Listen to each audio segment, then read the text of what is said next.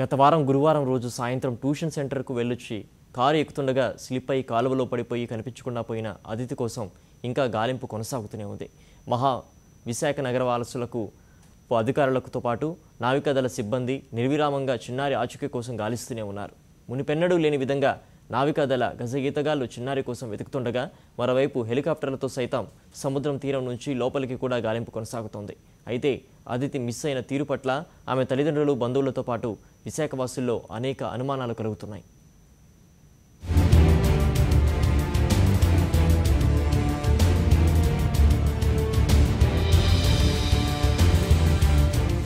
Tuition అయిపోయిన తర్వాత ఎప్పటిలాగానే కారెక్కడానికి వచ్చిన అదితి చివరిసారిగా కనిపించిన సీసీ కెమెరా దృశ్యమిది. అప్పటికే కురిసిన భారీ వర్షం వల్ల పొంగుతున్న కాలువలో పడింది.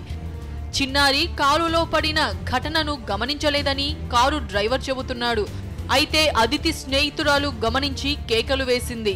అప్పటికే జరగాల్సిన నష్టం జరిగిపోయింది. దీంతో డ్రైవర్ స్థానికుల సాయం పనిలో పడ్డాడు. అయితే 3 అడుగులు లోతున్న కాలువలో అంతే పొడవున్న చిన్నారి అదితి ఎలా కొట్టుకుపోయిందన్న ప్రశ్న ఇప్పుడు అందరినీ వేధిస్తోంది.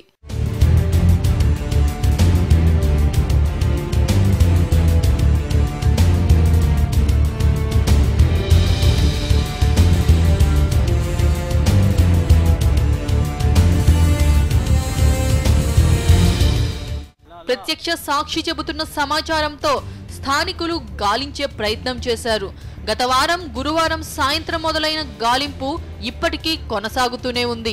ఎక్కడ ఉన్నా అదితి క్షేమంగానే ఉంటుందని, కాలువలో పడ్డ పాపను ఎవరో ఒకరు రక్షించి తమ దగ్గర ఉంచుకొని ఉండొచ్చని తండ్రి శ్రీనివాసరావు భావిస్తున్నారు. ఇప్పుడు నాకేమనిపిస్తుందంటే అండి, మేబీ మా అమ్మాయిని పడిన కొంతసేపట్లో ప్లక్ చేయి ఎవరైనా కెనాల్ నుంచి తీసి ఉండొచ్చేమో అనిపిస్తుందండి.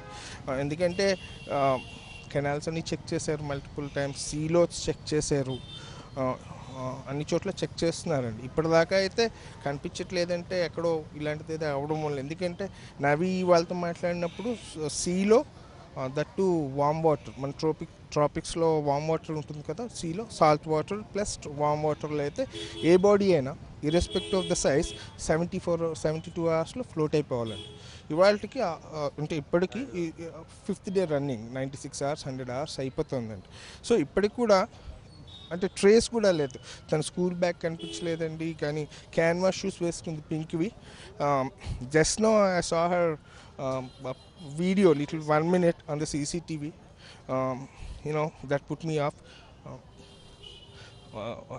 I'm hoping that's not the అంటే అది చివరి చూపు నాకు కాకూడదని నేను అనుకుంటున్నాను. గ్రేటర్ విశాఖ మున్సిపల్ సిబ్బంది పనితీరుపై సర్వత్రా విమర్శలు వెల్లువెత్తుతున్నాయి. స్థానికులు వెదుగులాడే సమయంలోనే సంఘటనా స్థలానికి మున్సిపల్ సిబ్బంది చేరుకొని ఉంటే పాప ఆచూకీ దొరికి ఉండేదన్న విమర్శలకు వారి వైపు నుంచి సమాధానం లేదు.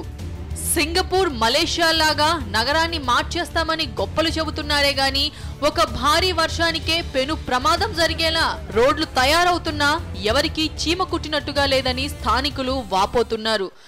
ఈ మ్యాన్ హోల్స్ మరి కాలువకి రోడ్డుకి మధ్యలో మరి మనం కలపాల్సిన బాధ్యత ఉంది. అలాగే ఈ చిన్న కాలువలు పెద్ద కాలువలో కలుస్తున్న చోట మెష్ పెట్టాలి, అక్కడ దాన్ని కంట్రోల్ చేయాలి. ప్రతిదానికి ఒక నామ్స్, సిస్టమ్స్ ఉన్నాయండి. మనం ఈరోజు సింగపూరు, న్యూయార్క్, వాషింగ్టన్ లాగా మనం ఈరోజు సిటీని తయారు చేద్దాం అంటున్నాం తప్ప మరి అక్కడ ఫాలో అయ్యే ప్రొసీజర్లో అయితే మనం ఫాలో అవ్వట్లేదు. పాప అదృశ్యమైన ఘటనకు సంబంధించి పోలీసులు మిస్సింగ్ కేసు నమోదు చేశారు. మీడియాలో సైతం పాప కిడ్నాప్ అయ్యుంటుందన్న కోణంలో వార్తలు రావడం గందరగోళానికి గురిచేస్తోంది. వాస్తవానికి ఈ తరహా ప్రచారం ఎందుకు వెలుగులోకి వచ్చింది, దీని వెనుక ఎవరున్నారనే దానిపై అనుమానాలు కలుగుతున్నాయి. పోలీసులు ఏ కోణాన్ని వదలకుండా అన్ని ఆధారాలను, అనుమానాలను పరిగణలోకి తీసుకొని అదితి ఆచూకీ తెలుసుకోవడానికి ప్రయత్నిస్తున్నారు. బాడీ కానీ ఏమీ దొరకపోవడం వల్ల చాలామంది రకరకాల డౌట్స్ ఎక్స్ప్రెస్ చేస్తున్నారు. అసలు అమ్మాయి నిజంగా నీటిలో పడిపోయిందా లేదా అనేది చూడడానికి కోసం వీడియో ఫుటేజ్ కోసం వచ్చాం. ఆ వీడియో ఫుటేజ్ కూడా క్లారిటీ లేదు, అంతవరకు లేదనమాట. ఆ రోజు కరెంట్ ఆగిపోవడం వలన మామూలుగా కూడా అది ఓన్లీ బ్యాంకు కార్యకలాపాల వరకే కనిపిస్తుంది. బయట రోడ్డుని ఎక్కువగా ఫోకస్ కాలేదు కాబట్టి దానివల్ల కూడా మనకేం ఇన్ఫర్మేషన్ రాలేదు. అయితే డైరెక్ట్ విట్నెస్ ఒకరు ఉన్నారు, ఒక అమ్మాయి. ఆ అమ్మాయి చెప్పిన దాని ప్రకారం పడిపోయిందని అనుకుంటున్నామండి. బాడీ దొరకలేదు కాబట్టి రకరకాల డౌట్స్ వస్తున్నాయండి. పాప ఆచూకీ తెలిసిన వారు వెంటనే ఆ సమాచారం ఇవ్వాలని, వారికి తగిన బహుమతి ఇస్తానని తండ్రి శ్రీనివాసరావు కన్నీరు మున్నీరవుతూ వేడుకుంటున్నారు. మరోవైపు అధికారులు కూడా తమ సాయశక్తులా ప్రయత్నించి తమను ఈ పెను విషాదం నుంచి బయటపడేయాలని బతిమలాడుతున్నారు. తనకొచ్చిన కష్టం లాంటిదే ఇతరులకు రాకుండా జాగ్రత్తలు తీసుకోవాలని కోరుతున్నారు.